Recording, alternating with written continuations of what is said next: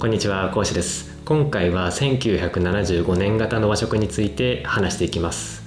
皆さん、和食は1975年型が理想的なのだそうです。1975年型の和食が理想的と言われるのは、栄養バランスや健康への影響を重視した観点からだそうです。厚生労働省や農林水産省、日本の栄養学者たちの間でも1975年型の日本食は理想的な食事モデルの一つになっています。1975年型の日本食の特徴ですが、非常にバランスの取れた内容でした。主食、白米、時に雑穀や麦も混ざる、主菜、魚、大豆製品、豆腐、納豆など、副菜、野菜の煮物やおひたし、汁物、味噌汁、発酵食品、漬物、納豆、果物、季節の果物を少量、肉類、乳製品、適度に導入過度ではない。多様性があり、さまざまな食材を少しずつ食べます。主菜と副菜を合わせて3品以上を基本とします。栄養のバリエーションが豊富です。調理法は煮る、蒸す、生を優先し、次いで茹でる、焼くを使います。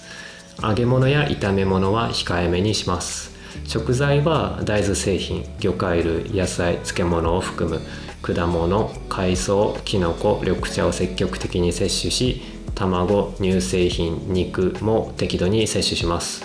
調味料はだしや発酵系調味料、味噌、醤油、酢、みりん、お酒を多用し、砂糖や塩の量を抑えます。形式は一汁三菜を基本とし、主食、ご飯、汁物、主菜、副菜2品で構成されます。私のチャンネルではこのような健康に関する情報やブログを発信しています。チャンネル登録すると私の過去の動画をすぐに視聴できますし、最新の投稿を見逃さずにチェックできます。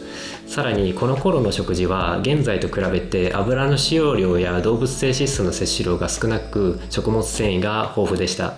手作りが基本なので加工食品が少なく、余計な脂質や糖分が入りにくいですし、自然な食材を使い噛む回数が多く、満腹感も得やすい食事でした。使う調味料も醤油、味噌、砂糖、塩、酢などの伝統的な調味料です。保存や冷凍技術が発達していなかった分、旬や作りたて重視でした。今ほど農薬や化学肥料に頼っておらず、地域密着型の小規模農業が主流。野菜の栄養価が今より高いという報告もあります。現在の食生活はどうなっているのかというと、加工食品、外食、コンビニ食、デリバリーの利用が増加。タンパク質、脂質は多いがビタミン、ミネラルが不足しやすい。生成された炭水化物、白米、パン、パスタ中心で食物繊維が少ない。食べ過ぎやすく肥満、生活習慣病のリスクがあります。それから保存料、着色料、香料、化学調味料など食品添加物が大量に増加しました。大規模効率化のために農薬や化学肥料の使用量が増加、遺伝子組み換え食品、ポストハーベスト農薬、輸入果物なども問題視されています。1975年型の和食がその後の日本の平均寿命の伸びに大きく貢献したと考えられています。世界でトップクラスの長寿国になったのはこの頃以降です。この頃の食事と現代の食事を比べてみるとすごく心配になります。簡単に取り入れる方法について紹介します。1975年型の一汁三菜が理想的ですが、毎日だと正直ハードです。まずは一汁一菜、ご飯、味噌汁プラス一品で OK です。例えばご飯、味噌汁、焼き魚、ご飯、味噌汁、冷ややっことか。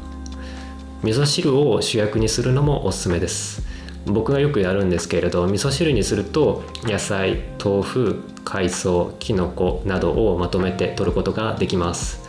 だしは私の場合精進だしを使います。味噌汁主役で、あとは冷凍玄米とサラダみたいな組み合わせは私もよくやります。冷凍玄米温めてね。よく使っております。常備菜で作り置きを作っておくのもいいと思います。人参ラペとか赤しその佃煮とか作ったことがあります。食材選びに関しては直接店に足を運ぶ場合はファーマーズマーケットや道の駅みたいなところがおすすめです。 Google マップでファーマーズマーケットと検索すると見つけられます。他にもオーガニックや自然食品店などと検索してもお店を探せます。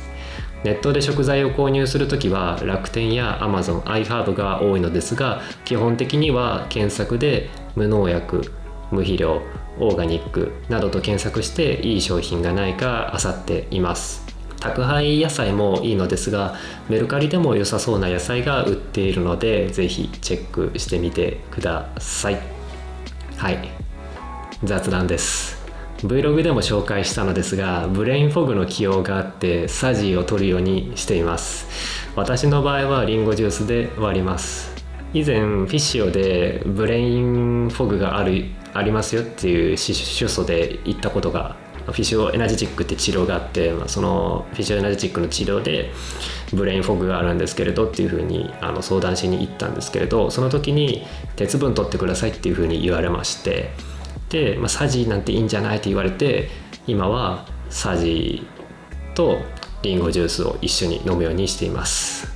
でサジは以前サジーワンっていうのを試してたんですけど、サジーワンよりもこのナトリの方が自分的には飲みやすいなというふうに思ったので、このナトリのサジとこのリンゴ農園のリンゴジュースを組み合わせて毎食夕食後に毎晩飲むようにしております。でリンゴジュースはコスト、オーガニックのリンゴジュースとか700円とか800円とかするやつとかいろいろ飲み漁っていったんですけど、結局このゴールド農園のこのストレートのリンゴジュースが一番その良質だし、コスト的にも500円以内で全然許せる価格帯だったので、このぐらいかなと思って今はこちらのリンゴジュースを飲み続けております。ビタミン C は鉄分の吸収を助ける働きがあります。リンゴに含まれてますよね。特に非ヘム鉄の吸収率を高めるためにビタミン C と一緒に摂取することが推奨されているみたいです。ビタミン C と鉄分との関係について話すと、非ヘム鉄というのが植物性食品に主に含まれる鉄分で、体内に吸収されにくい性質があります。動物性だとヘム鉄なんですけれど、植物性食品が中心だとどうしても非ヘム鉄中心の鉄分摂取になります。でこのビタミン C はこの非ヘム鉄を体内で吸収されやすい形に変える働きがあるそうです。ということでこのビタミン C が入っているリンゴジュースとサジを飲んでいるというわけです。はい、今回は1975年型の和食についてお話ししてみたのですが、いかがでしたでしょうか。応援コメント、いいねボタンは動画制作の励みになります。チャンネル登録もよろしくお願いします。では。